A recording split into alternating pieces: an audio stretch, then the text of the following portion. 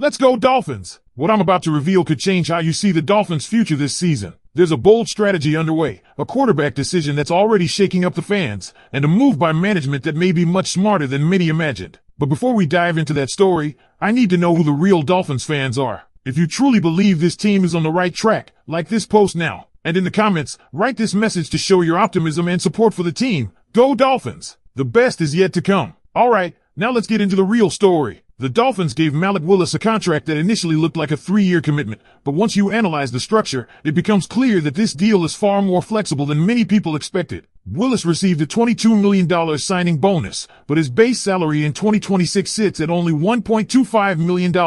In 2027, his salary jumps to $21.5 million and is fully guaranteed, while the 2028 season carries a $20 million base salary that is not guaranteed at all. In practical terms, the deal works more like a 2-year, $45 million commitment rather than a rigid long-term contract. And that detail is extremely important. Why? Because it creates a scenario where the Dolphins can win in multiple ways. If Malik Willis becomes the dynamic dual-threat quarterback many scouts once believed he could be, Miami suddenly has a young, explosive QB leading an offense filled with speed and playmakers. Think about it, Willis's mobility, the explosiveness of Devon Achane, and the big play ability of Jaylen Waddle could make this offense one of the most entertaining units in football. But here's the strategic genius behind the contract. If Willis struggles, the Dolphins are not trapped. The team could still draft a quarterback in the 2027 NFL draft and use Willis as a bridge starter while the rookie develops. Because there is no guaranteed money in 2028, Miami could move on from the contract without major financial consequences. In other words, the Dolphins created a plan where success or failure both leave the franchise with options. And that kind of flexibility is rare in today's NFL.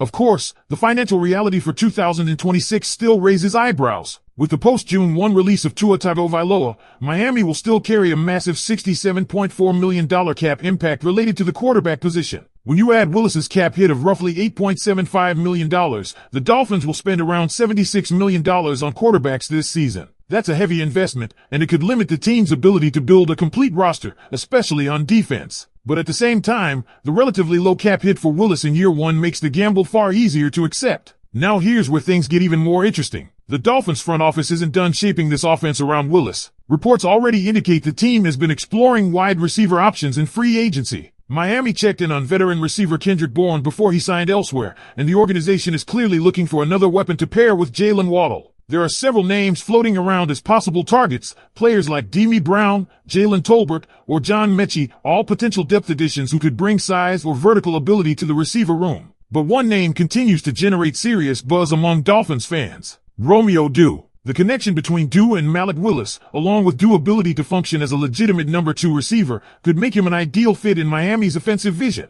The only problem? The wide receiver market has exploded, and contracts around the league are climbing higher than many expected. If Doubs commands somewhere near $15 to $20 million per season, the Dolphins may hesitate to make that level of investment. And this is exactly where things start to get even more fascinating for the Miami Dolphins moving forward. Because while the Malik Willis contract may look like a gamble on the surface, when you examine the bigger picture, it's clear the Dolphins front office designed this move with multiple layers of strategy behind it. This wasn't just about replacing a quarterback. This was about giving the franchise flexibility while they reshaped the roster around a new identity. Think about the offensive potential for a moment. Malik Willis brings something to Miami that this team simply hasn't had in years: true dual-threat explosiveness at the quarterback position. His ability to extend plays outside the pocket, improvise when protection breaks down, and threaten defenses with his legs changes how defenses must prepare for the Dolphins' offense every single week. And when you combine that with players like Devon Achane and Jaylen Waddle, the possibilities start to look extremely dangerous for opposing defenses. Even people who were skeptical about the move initially are beginning to admit something important: this offense could be incredibly fun to watch. The Dolphins may still have roster holes, especially on defense, but from an entertainment and playmaking perspective, the offensive side of the ball could become one of the most explosive units in the league. But there's another element of this story that Dolphins fans cannot ignore.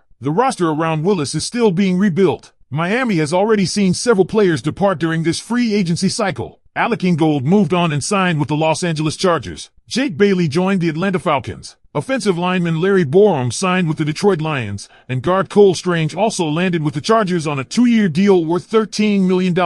Those are not necessarily franchise-changing departures, but they are pieces of depth that the Dolphins will now have to replace as they continue shaping the roster for the future. And then, of course, there is the emotional storyline that many Dolphins fans are still processing. Tua Tagovailoa. After Miami made the decision to move on, it didn't take long for another team to act. The Atlanta Falcons moved quickly, signing Tua almost immediately after his release. That rapid move raised a lot of eyebrows across the league because it suggested Atlanta had strong interest long before the release even became official. Some around the league even wondered whether a trade could have been arranged before the Dolphins decided to release him outright. But the reality is that the NFL moves fast, and Miami has already turned the page toward its next chapter. Now the focus is entirely on building around Malik Willis. The Dolphins front office understands that if Willis is going to succeed, he needs the right supporting cast. That's why the organization has been evaluating wide receiver options and exploring ways to strengthen the offensive line through both free agency and the upcoming draft. Protecting Willis and giving him reliable targets will be crucial if the Dolphins want this offensive experiment to work. And here's something that many fans might not realize yet. The Dolphins' financial structure for 2027 is still surprisingly open.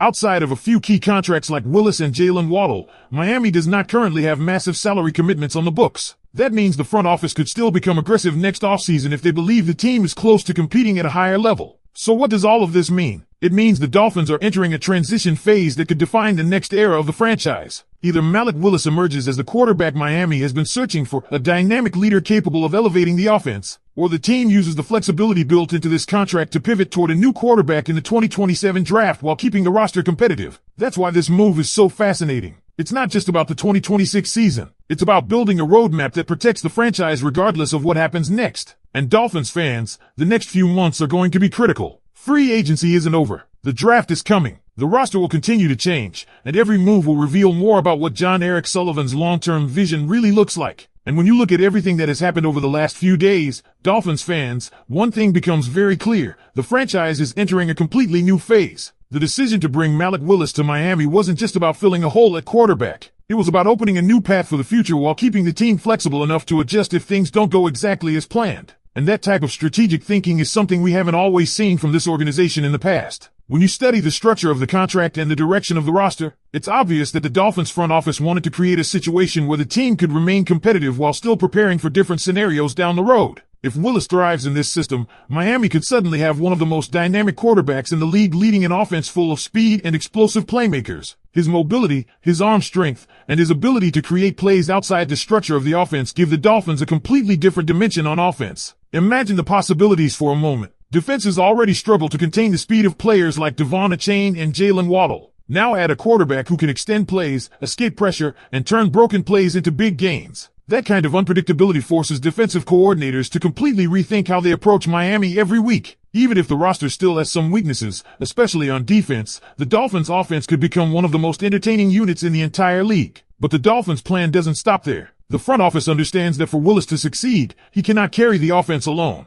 That's why Miami has been actively evaluating additional wide receiver options in free agency. The team already explored the possibility of adding veteran receiver Kendrick Bourne before he signed elsewhere, and the search for another weapon clearly continues. Adding the right receiver could completely change how dangerous this offense becomes. With Waddle already established as a primary weapon, another reliable target would help balance the passing attack and give Willis more options when defenses focus on stopping Miami's speed. Whether the Dolphins choose to sign a veteran receiver, make a surprise move on the trade market, or wait until the draft to address the position, it's clear the organization knows more help is needed to maximize the potential of this new offense. At the same time, the Dolphins are also dealing with roster turnover that naturally happens during free agency. Several players have already moved on to other teams, including Alec Ingold, Jake Bailey, Larry Borom, and Cole Strange. While these departures may not dominate headlines,